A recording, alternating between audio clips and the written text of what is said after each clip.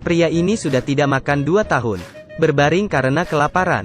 Melihat seekor kepiting raksasa berlari kemari, pria itu mengira dia berhalusinasi. Tiba-tiba, kepiting itu masuk di pemandian air panas. Kemudian melompat keluar, dan hancur tergeletak. Hal ini mengejutkan pria ini.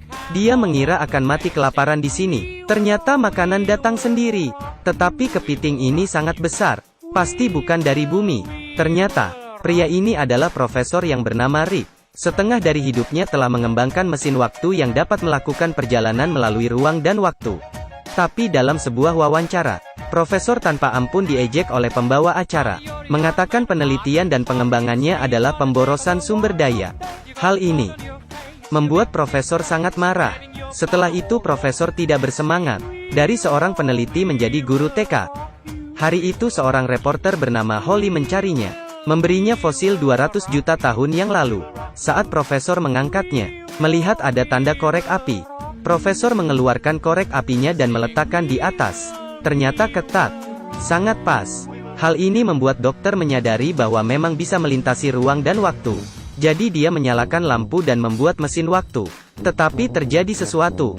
Mereka jatuh ke pusaran waktu, dan tidak tahu di mana akhirnya. Saat mereka sadar kembali, mereka datang ke padang gurun dengan 3 bulan, dan secara tidak sengaja menyelamatkan monyet primitif. Untungnya, reporter pernah belajar bahasa kuno. Setelah berkomunikasi baru tahu monyet itu adalah Pangeran Yang. Profesor ingin mengecek luka monyet, malah salah paham. Tanah tiba-tiba runtuh saat pertarungan. Mereka berempat jatuh ke dalam goa. Ketika mereka naik, malah digantung oleh ranting pohon. Dan mereka pun sadar di bawah itu semuanya adalah tulang. Ternyata di sini adalah tempat dinosaurus. Setelah berjuang, keempatnya berhasil lolos. Tetapi dokter ingin menunjukkan ilmunya. Mengatakan bahwa meskipun dinosaurus kelihatan menakutkan, tapi otaknya hanya seukuran buah kenari. Perkataan ini dimengerti oleh dinosaurus ini. Dia membalikkan badan dan mengejar mereka. Untung saja mereka sembunyi ke dalam goa, sehingga terselamatkan. Di malam hari dinosaurus mengirim kenari raksasa untuk membuktikan IQ-nya. Saat mereka memainkan gitar dan ingin merayakan, ternyata, bahaya datang lagi. Profesor memainkan gitar dan bernyanyi. Tetapi nyamuk raksasa menghisap darah profesor. Profesor tidak sadar. Tiba-tiba dia pucat dan pingsan. Nyamuk penghisap darah ini sebesar bola. Dikarenakan kehilangan banyak darah, profesor pingsan. Keesokan pagi, cahaya aneh menarik perhatian mereka.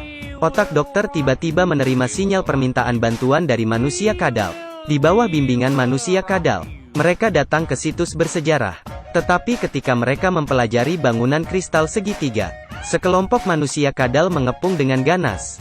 Di saat ini, profesor menggunakan prinsip pantulan cahaya untuk membuka pintu ke dimensi yang berbeda. Di dalam hidup seorang manusia kadal dengan rok mini, manusia kadal memberitahu profesor, pemimpin manusia kadal ingin memimpin pasukan untuk menyerang bumi. Tapi mesin waktu yang dikembangkan oleh dokter diperlukan untuk menghentikan manusia kadal. Jadi harus mencari mesin waktu dulu. Kemudian mereka langsung pergi mencari. Di perjalanan, mereka melihat 2 ekor dinosaurus yang sedang berkelahi. Awalnya ingin menonton. Ternyata dinosaurus pendendam. Langsung berlari menuju profesor. Untung saja profesor kuat. Dengan cepatnya menghindar. Profesor bersembunyi di balik menemukan zat AC. Melemparkan masuk ke dalam perut dinosaurus. Dinosaurus kedinginan. Membeku menjadi es. Dan terjatuh. Bahkan hancur. Juga ada mesin waktu. Mereka baru saja ingin mengambilnya, malah dibawa pergi oleh pterodaktil. Profesor merasa kecewa. Tetapi masih harus menjalani hidup. Akhirnya mereka memanjat gunung, datang ke sarang pterodaktil. Tetapi 2 orang lainnya malah pura-pura mati. Akhirnya profesor hanya bisa pergi sendiri. Ini semua telur dari pterodaktil. Setelah profesor mengambil mesin waktu, musik pun berhenti. Anak pterodaktil menetas. Ketika profesor melihat ini, dia menyanyikan lagu pengantar tidur. Anak-anak pterodaktil pun tertidur kembali. Mereka yang mendapatkan kembali mesin waktu sangat senang, bersantai di pantai. Tetapi mereka tidak tahu, di saat ini, bahaya mendekati mereka. Kepiting yang bisa berjalan ke depan ini, besarnya seukuran truk, dan menuju ke arah mereka. Tetapi malah terjatuh ke pemandian air panas. Saat melompat ke atas, sudah berubah warna. Dia tidak menyangka, Awalnya dia datang untuk memakan, tetapi malah jadi dimakan, dan reporter yang berkeliaran di sini datang ke sebuah gua. Di sini, dia menemukan tulang dari pemimpin manusia kadal. Menurut gambaran yang tersisa di kristal, reporter tahu bahwa mereka ditipu. Yang ingin menghancurkan bumi adalah manusia kadal yang pakai rok mini itu. Saat dia ingin memberitahu profesor, malah ditangkap oleh manusia kadal, dan profesor menemukan tas reporter itu. Jadi mereka menyamar menjadi manusia kadal datang ke sarang manusia kadal, dan reporter itu dikurung dalam sangkar. Mereka dengan cepat melepaskan penyamaran mereka untuk menyelamatkan reporter. Tapi manusia kadal ini tampaknya kebal, sama sekali tidak bisa tersakiti. Tiba-tiba, profesor melompat ke sangkar, dan menolong reporter.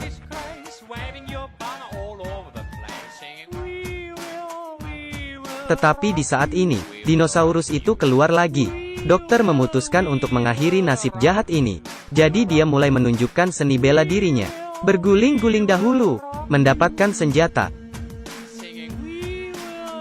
Kemudian melompat.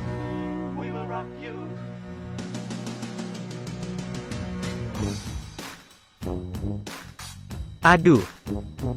Dinosaurus pun kebingungan.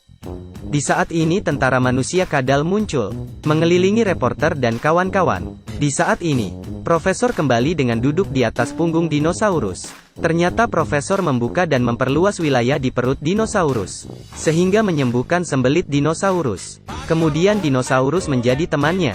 Ada bantuan dari dinosaurus. Tentara manusia kadal pun dihancurkan. Profesor mereka masuk ke dimensi lain lagi, bertarung dengan manusia kadal. Tapi secara tidak sengaja menjatuhkan kristal di atas meja. Jalur ruang dan waktu akan tertutup selamanya. Temannya memutuskan untuk mengorbankan dirinya untuk tinggal dan mengendalikan manusia kadal, agar profesor dan reporter kembali ke bumi. Setelah keluar dari dimensi itu, monyet itu membawa teman profesor ke tempatnya. Sebagai pangeran, dia memiliki 7.000 istri. Meskipun jelek, tetapi semua sangat lembut. Dia berencana membagikan pada manusia ini. Mendengar perkataan monyet ini, manusia ini menolak. Tetapi melihat wanita yang datang, manusia itu tidak tenang, dan menyesal karena dia menolak monyet itu. Film berakhir di sini. Saya adalah Huce. Ikuti saya. Kita ketemu di episode berikutnya.